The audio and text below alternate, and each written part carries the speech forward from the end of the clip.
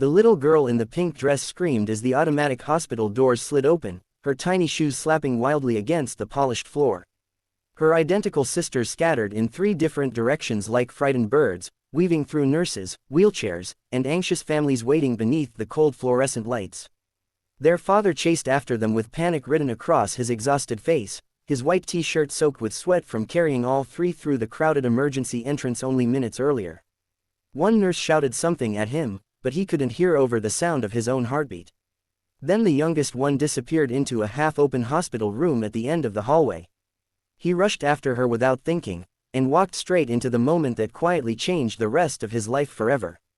Before we continue, take a second to like, comment, share, and subscribe to Kindness Stories, if you believe every story hides a lesson someone desperately needs to hear. The room was dim except for the soft glow of a monitor blinking beside the bed. Rain tapped gently against the window. The air smelled faintly of antiseptic and wilted flowers. The little girl had frozen near the doorway, suddenly silent now, clutching her stuffed rabbit tightly against her chest. Her father quickly scooped her into his arms and began apologizing before he fully looked toward the bed. A woman lay there, impossibly pale against the white sheets.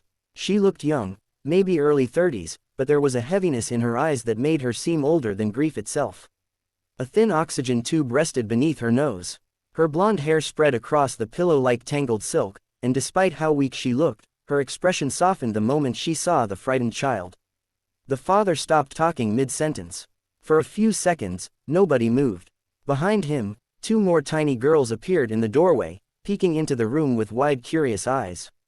Triplets. 3 identical little girls in matching pink dresses with tangled brown curls and nervous expressions. The woman stared at them like she had just seen something sacred. The father finally introduced himself, awkward and embarrassed. His name was Daniel, 37 years old, widower, permanently exhausted. He explained that his daughters had a terrifying habit of running in 3 different directions whenever he lost focus for even a second. He apologized again for disturbing her, but the woman shook her head weakly and whispered that it was okay. Then she asked if she could keep the door open a little longer. Daniel didn't know why that sentence hurt him so much.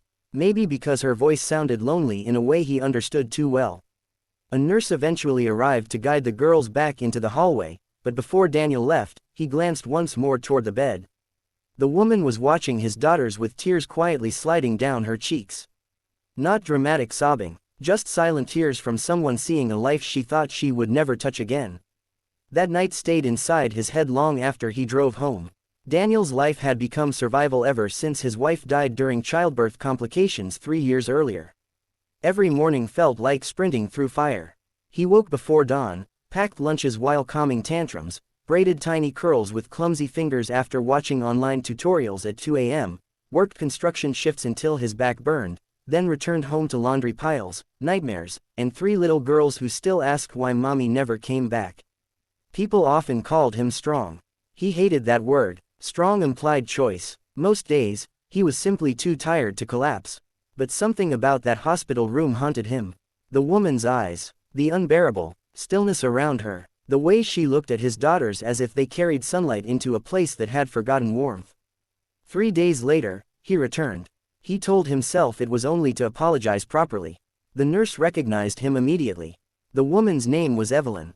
Stage 4 heart failure. Waiting for a transplant that probably wouldn't come in time. No close family nearby. Very few visitors. Daniel stood outside her room for almost a minute before entering. He suddenly felt stupid carrying supermarket flowers and crayons his daughters insisted on bringing. But Evelyn smiled the moment she saw the children again. And for the first time in years, Daniel watched his daughters become instantly calm around someone. The girls climbed carefully onto chairs beside her bed and showed her drawings filled with crooked rainbows and giant smiling cats. Evelyn laughed softly at every single one like they belonged in an art gallery. The sound of her laughter felt fragile, like glass catching sunlight. Daniel kept returning after that, at first once a week, then every few days, sometimes after work with dust still covering his boots, sometimes late at night after the girls fell asleep. The hospital slowly became familiar. The humming vending machines, the old volunteer who played piano in the lobby every Thursday evening. The tired nurses carrying coffee cups like lifelines. Daniel started bringing Evelyn little pieces of the outside world because she could barely leave her room anymore. autumn leaves, fresh cinnamon rolls, photos of the girls at the park, videos of their dance recitals where they completely forgot the choreography halfway through. And somewhere between those visits, something impossible began growing. Not dramatic romance, not movie-style passion, something quieter. Two lonely people recognizing each other's pain without needing to explain it. Evelyn told him she used to teach elementary school before getting sick. She admitted she had once dreamed of becoming a mother more than anything else. Daniel listened quietly while watching winter rain slide down the hospital windows. He never tried to fix her sadness because he knew some grief could only be witnessed, not healed. One evening, the power briefly flickered during a storm. The girls were asleep across 3 waiting room chairs wrapped in hospital blankets. Daniel and Evelyn sat together in darkness lit only by city lights outside the window. That was the night she finally admitted she was terrified. Not of dying, of disappearing without anyone remembering she existed. Daniel looked at her for a long time before answering. And when he spoke, his voice broke. Because he understood exactly what it meant to fear becoming forgettable. Winter turned into spring. Against all odds, Evelyn survived long enough to receive a donor heart. The surgery lasted nearly 11 hours. Daniel spent every second pacing hospital corridors while his daughters slept curled beside each other with tiny hands linked together like they were protecting one another from bad news. When the surgeon finally emerged with exhausted eyes and said the procedure had worked, Daniel sat down right there against the wall and cried into his hands so hard he could barely breathe. Not because he understood what Evelyn had become to him. Because he realized he couldn't survive losing another person he loved.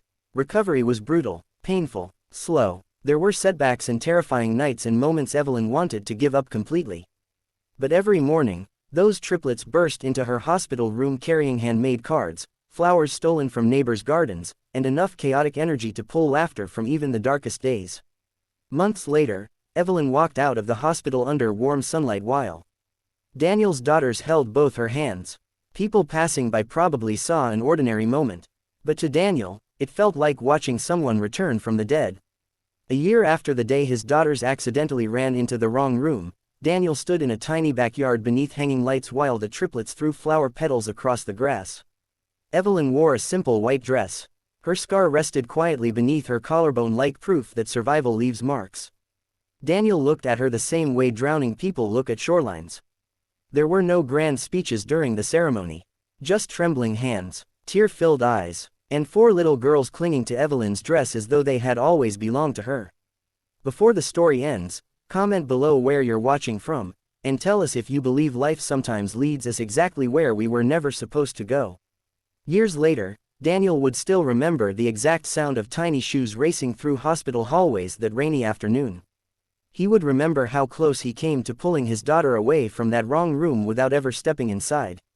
And sometimes late at night, after the girls were asleep and Evelyn rested beside him with her heartbeat steady against his chest, he would lie awake thinking about how strange life could be. How grief could accidentally collide with grief. How broken people sometimes save each other without meaning to. And how love occasionally enters our lives in the middle of complete chaos, disguised as the worst possible day.